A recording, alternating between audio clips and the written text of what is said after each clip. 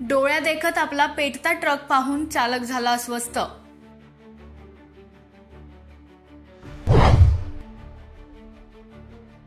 शेखर गोरे प्रतिष्ठानच्या रुग्णवाहिकेमुळे मिळालं जीवदान। प्रतिष्ठानचे अध्यक्ष राजेंद्र जाधव यांच्या कार्यतत्परतेला यश।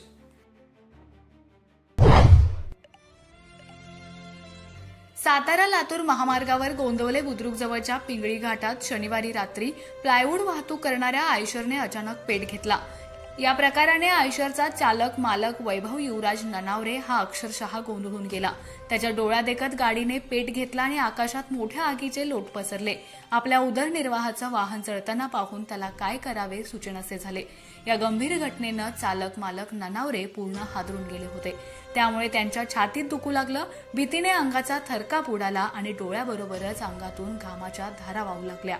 याच वेळी शेखरभाऊ गोरे प्रतिष्ठानचे अध्यक्ष राजेंद्र जाधव यांनी घटनास्थळी धाव घेऊन मदत कार्य सुरू केलं।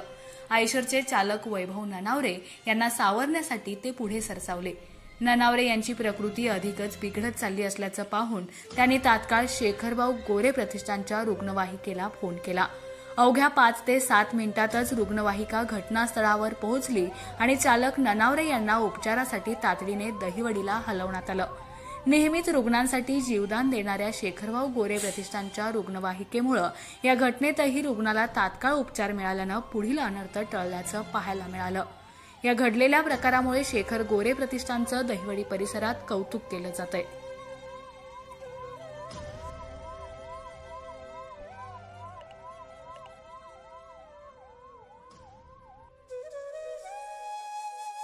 अशाच नवनवीन अपडेट्ससाठी आमच्या खबर गावाकडची या चॅनेलला सबस्क्राईब करा। आमचे व्हिडिओ लाईक करा आणि शेअर करा। धन्यवाद।